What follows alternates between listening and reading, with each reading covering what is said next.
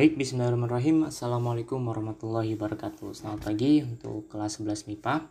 Alhamdulillah pada pagi hari ini kita kembali bertemu dalam pembelajaran fisika ya. Nah, seperti janji Bapak minggu lalu bahwa minggu ini kita akan masuk ke bab baru mengenai termodinamika.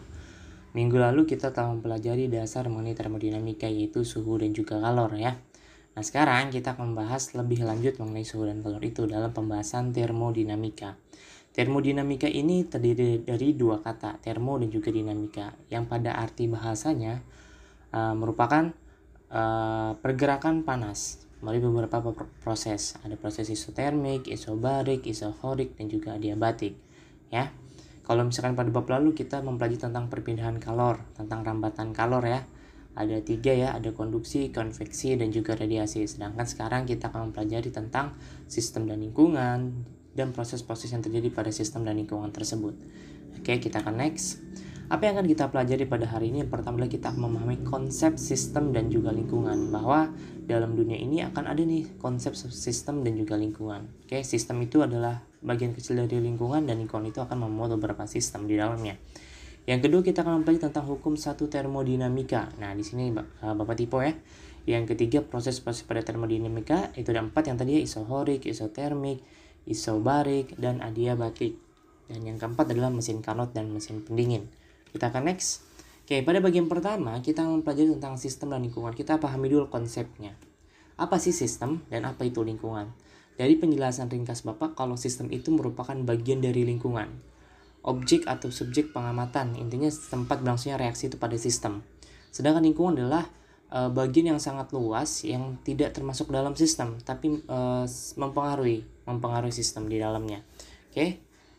Nah, contohnya adalah saat hendak memasak air di dalam sebuah wadah aluminium, maka air ini berfungsi sebagai sistemnya dan dapur, udara, dan dirimu sendiri berfungsi sebagai lingkungan karena berada di luar sistem. Ya dong, karena kalian nggak ikut direbus di dalam airnya kan.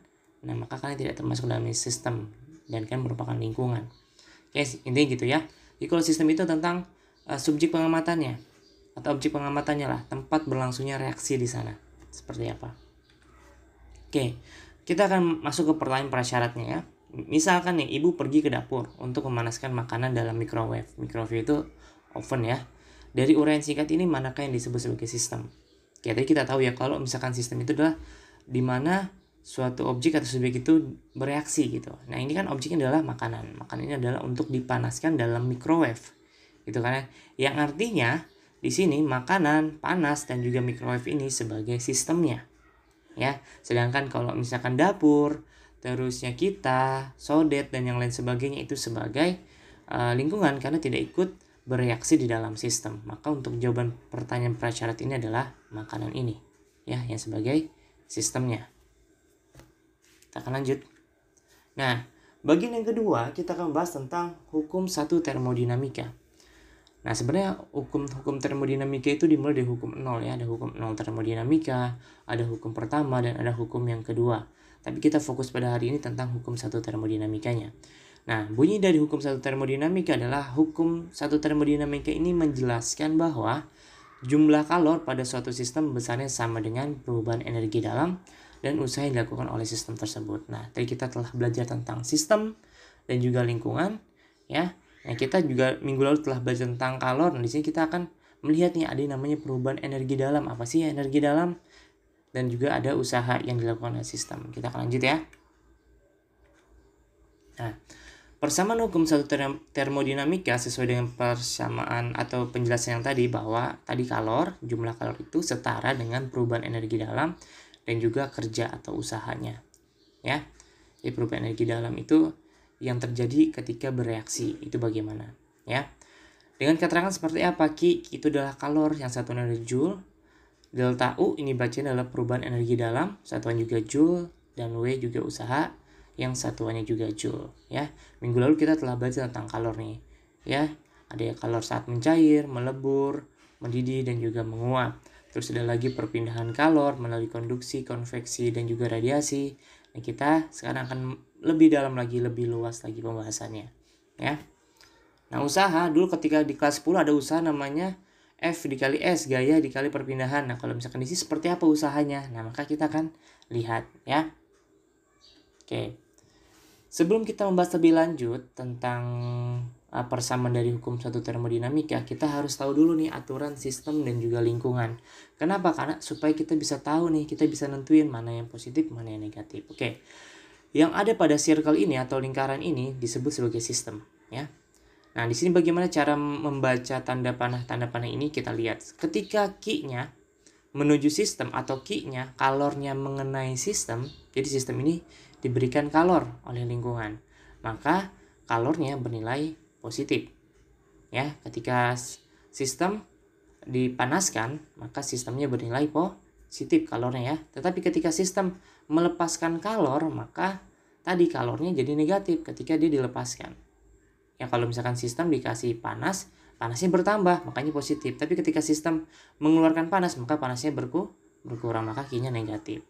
Nah, di sini ketika sistem memberikan kerja atau melakukan usaha, maka di sini usahanya bernilai positif. Tetapi kalau misalkan sistem diberikan usaha dari lingkungan, maka usahanya bernilai negatif. Jadi kalian bisa baca di sini. Kalau sistem diberikan kalor oleh lingkungan, maka Q bernilai positif. Jika sistem memberikan kalor kepada lingkungan, maka Q bernilai negatif. Jika sistem memberikan kerja kepada lingkungan, maka usahanya atau W-nya bernilai positif.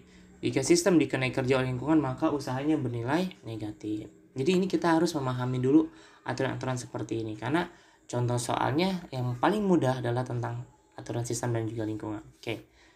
Mungkin kayaknya di slide selanjutnya ada materinya sih ya. Ada contoh soalnya maksudnya. Oke, kita next. Nah, contoh soalnya. Di sini instruksi dari untuk menjawab contoh soal adalah perhatikan kalimat pada tiap soal agar kita bisa menentukan nilainya. Oke. Kalor sebanyak 3000 Joule ditambahkan pada sistem. Oke, artinya di sini sistem dikenai dikenai kalor ya, diberikan kalor oleh lingkungan. Otomatis Q di sini bernilai positif. Nah, kita lanjut lagi pertanyaannya. Dan sistem melakukan usaha sebesar 2500 Joule. Nah, di sini juga usahanya bernilai positif. Karena kenapa? Sistemnya melakukan usaha. Ya, melakukan usaha pada lingkungan. Jadi nilainya ini positif. Q-nya positif karena sistem diberikan kalor, ditambahkan kalor, dan juga usahanya positif karena sistem melakukan usaha. Maka perubahan energi dalam sistem adalah yang mana nih kira-kira nih? 5500 atau yang 500? Oke, kita akan bahas. Oke. Kita periksa jawaban kita ya. Kita diketahui dulu. Q-nya itu tadi bernilai positif ya sebesar 3000 Joule. Nah, bernilai positif karena sistem menerima kalor. Nah, di sini usahanya atau nilai W-nya juga bernilai positif sebesar 2500 Joule. Kenapa bisa bernilai positif? Berdasarkan aturan yang tadi kita bahas, bahwa W ini bernilai positif saat atau karena sistem melakukan kerja kepada lingkungan. Oke, seperti itu ya. Yang ditanya adalah besarnya perubahan energi dalam yang terjadi. Maka kita jawab melalui persamaan yang tadi. Ya, melalui persamaan yang ini. Q sama dengan delta U plus W. Kita akan jawab persamaan itu. Nah, Q sama dengan delta U plus W. Sekarang kita masukin Q-nya. Q-nya 3000. Kita tulis plus 3000 ya. Sama dengan delta U-nya kita turunkan. Plus ditambah ya. W-nya adalah 2500 Joule. Oke, 2500 Joule. Pak, kalau misalkan di sini negatif, berarti di sini positif atau negatif? Tetap ngikutin yang negatif. Paham ya? Kalau misalkan W-nya negatif, berarti di sini juga negatif. Kenapa dia positif? Karena tadi awalnya positif karena sistem melakukan kerja. Nah, setelah kita masukkan seperti ini, maka langkah selanjutnya adalah kita pindah ruaskan nih yang bertanda merah ini. Pindah ruas karena positif, maka pindah ruas menjadi negatif. Jadi W tadi yang bernilai positif, kita pindah ruaskan menuju ke 3000. Ya, karena angka dengan angka. Gitu ya, huruf dengan huruf. Nah, seperti itu. Oke, kita pindahkan 2500 ini ke kiri, gitu ya. Kita tulis lagi 3000-nya kita tulis. Nah, yang tadinya positif, 2500-nya pindah ruas menjadi negatif. Jadinya 3000 min 2500 sama dengan delta U.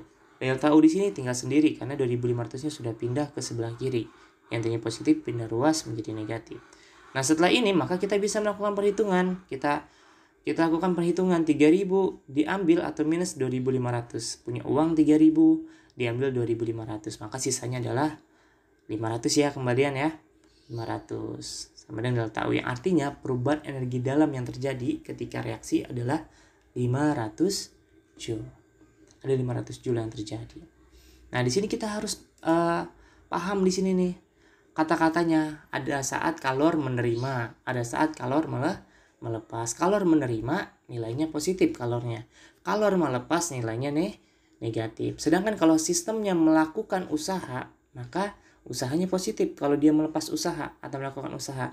Tetapi ketika sistem diberikan usaha dari luar, maka usaha itu bernilai negatif. Jadi jawaban kita pada contoh pertama adalah yang 500 Joule ya, yang 500 Joule ini ya. Oke. Ini pembahasan di sini. Nah, bagian yang kedua adalah tentang proses-proses termodinamika. Oke, karena pembahasannya mengenai pergerakan panas atau dinamika panas, maka pada termodinamika ini juga terdapat beberapa proses yang mesti kita pahami dengan benar. Oke, kita akan lihat prosesnya. Nah, ada 4 proses ya. Di sini juga kalian juga wajib buat hafal tuh. Jadi kita belajar tentang teorinya dulu, konsepnya dulu. Isohorik. Nah, isohorik itu apa? Isohorik. Nah, ini kita ambil kata-kata horiknya aja karena semuanya iso depannya, kecuali satu adiabatik. Isohorik, di sini isohorik dia proses ya, proses yang terjadi pada volume yang tetap. Kalau horik jadi volumenya tetap. Kalau isobarik, di sini ada kata-kata barik, maka di sini tekanannya yang tetap pada proses itu. Kalau isobarik tekanan yang tetap. Nah, kalau isotermik, nah dari kata-kata termik ini berarti suhunya yang tetap. Suhunya yang tetap atau konstan. Yang terakhir adalah adiabatik. Jadi proses yang terjadi tanpa adanya pertukaran kalor antara sistem dan lingkungan. Ya, antara sistem dan juga lingkungan itu adiabatik. Kalau isohorik tadi apa? Isohorik volumenya tetap. Isobarik tekanannya tetap. Isotermik suhunya yang tetap. Nah, adiabatik tidak terjadi pertukaran kalor antara sistem dan juga lingkungan. Nah, proses adiabatik ini sering disebut sebagai proses termos. Kalian pernah ya punya termos ya? Ibu kalian ya? Nah, termos ini merupakan salah satu contoh penerapan dari proses adiabatik. Karena kenapa? Ketika kita menaruh air panas pada termos, kira-kira air panasnya akan bertahan lebih lama nggak ketimbang kita menaruh air panasnya pada gelas yang terbuka? Oke, pada termos tadi bertahan lebih lama. Karena kenapa? Karena pertama termosnya ditutup dengan rapat. Nah, sistem yang terjadi pada termos itu merupakan sistem terisolasi. Artinya akan terjadi proses adiabatik yang mana tidak terjadi pertukaran kalor antara sistem dan lingkungan. Itulah mengapa termos bisa menyimpan panas dalam waktu yang sangat lama. Seperti itu ya. Nah, kita akan hari ini kita fokus pada konsepnya saja. Minggu depan kita akan fokus pada penyelesaian hitung-hitungannya. Terima kasih untuk pertemuan hari ini. Wabillahi taufiq wal hidayah. Wassalamualaikum warahmatullahi wabarakatuh.